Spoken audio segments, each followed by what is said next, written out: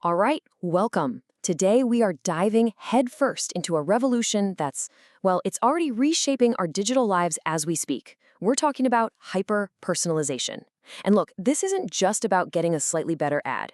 It's about completely reimagining every single online interaction to be perfectly, and I mean perfectly, tailored just for you. Let me ask you something. How many times have you seen an ad for something you literally just bought? It's maddening, right? Or you get a recommendation that's so far off you wonder if they know you at all. Well, that constant stream of digital junk, that is exactly the problem that brands are now racing to solve. So, what's the solution to all that noise? Well, we're moving way, way beyond those first clunky attempts at personalization. You know what I'm talking about. The classic, hello, first name, in an email that still manages to feel totally generic. No, this is a full-blown revolution. It's powered by tech that can finally deliver a truly one-to-one experience. Okay, so here's the core idea. Hyper-personalization isn't just looking in the rearview mirror at your past purchases. It's about using AI to understand you right now, in this very moment. It's looking at your behavior, your location, your context, all to create an experience that's built for an audience of one. And that one is you. And this is a huge shift in thinking. You see, traditional personalization, it's reactive. It's always looking backward at what you've already done. But hyper-personalization, it's proactive. It's like having a crystal ball. It's using all that real-time data to predict what you're going to want or need next. Which, of course, leads to the big question. Why now? Why is this all exploding with such incredible force right now? Well, the answer is all in the engine that's powering this whole thing. So let's pop the hood and take a look. Okay, the absolute game changer here is generative AI. This is the magic wand that lets a brand instantly create not just a few, but thousands, maybe even millions, of unique versions of an ad or an email. The ability to create all this tailored content at a scale that was, frankly, impossible before, that's what's finally making true one-to-one marketing a reality. You can think of it like a three-stage rocket. It's pretty cool. First, you have AI and machine learning. That's the booster that gathers and processes all the data. Then stage 2 is predictive analytics, which uses that data to aim the rocket at a future target.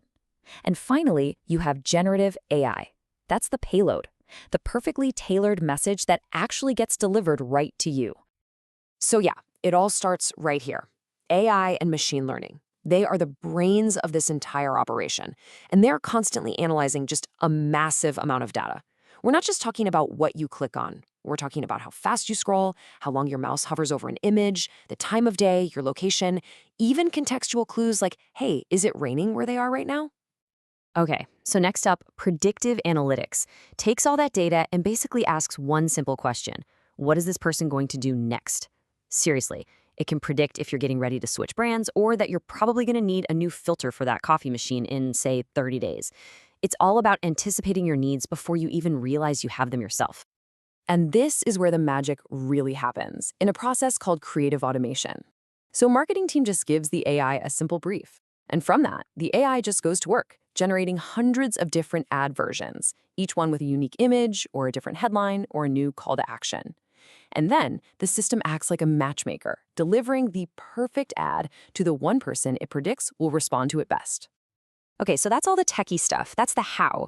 But what does this actually look and feel like for us, in our daily lives? Let's take a little glimpse into the very near future on the platforms we're already using every single day. Just look at this evolution. For something like Netflix, forget just simple genre recommendations. Imagine the movie posters, the thumbnails, actually changing based on what the AI thinks your mood is. Or for Spotify, that weekly playlist is kind of old news now, right? Now you've got a day list that adapts every few hours to what you're doing, giving you a playlist for late-night coding focus. We are absolutely entering a world where these services feel like they get you moment to moment. And all of this is driving some really critical shifts. The first one, it's the end of those disconnected, forgetful interactions. Where you have to repeat yourself. Instead, whether you're on the app, you get an email, or you talk to a chatbot, it's all going to feel like one continuous, intelligent conversation, one that remembers everything and just adapts. The second big shift, it's basically the death of those old, broad demographic buckets. You can throw women aged 25 to 34 right in the trash. You are now an individual with super unique, nuanced behaviors. You're the person who researches sustainable packaging on Tuesday afternoons, and you're going to be treated like that specific person. And this thinking even extends to customer service. Just imagine this. An AI detects that you're getting frustrated just by the way you're frantically clicking around a support page. And before you can even get angry and start typing a complaint, it proactively pops up to offer help or maybe even a discount. That is how you turn a potentially bad experience into a really great one. Okay, so all of this incredible technology, all this convenience, it sounds pretty amazing, right? But it brings us to what is, without a doubt, the most important part of this whole conversation: the human element, the ethical side of this equation. Because here is the really surprising part. You might think that this sounds a little creepy or that it's something brands are just forcing on us. But the data, it tells a totally different story. A staggering 91% of us, of consumers, actually prefer this kind of personalized experience. And when you think about it, it makes sense. We're just tired of the junk mail, the irrelevant ads. We want experiences that feel useful and relevant to us. And that overwhelming demand is what's fueling this whole movement. But, and believe me, this is a huge but, that preference comes with one major condition. And that one single condition? It's trust. That's it. Without trust, the whole system just collapses. If people feel their data is being misused, or if the whole thing just feels more creepy than helpful, they will opt out in a heartbeat. Trust is the absolute currency of this new digital world. So, for any brand that wants to play in this space, there are basically two non-negotiable rules. First, be totally transparent. Tell people exactly what data you're collecting and why. What's the benefit for them? And second, prioritize privacy. You have to give customers simple, easy-to-use controls over their own data. It's their information after all. Which leaves us with one final big question to think about.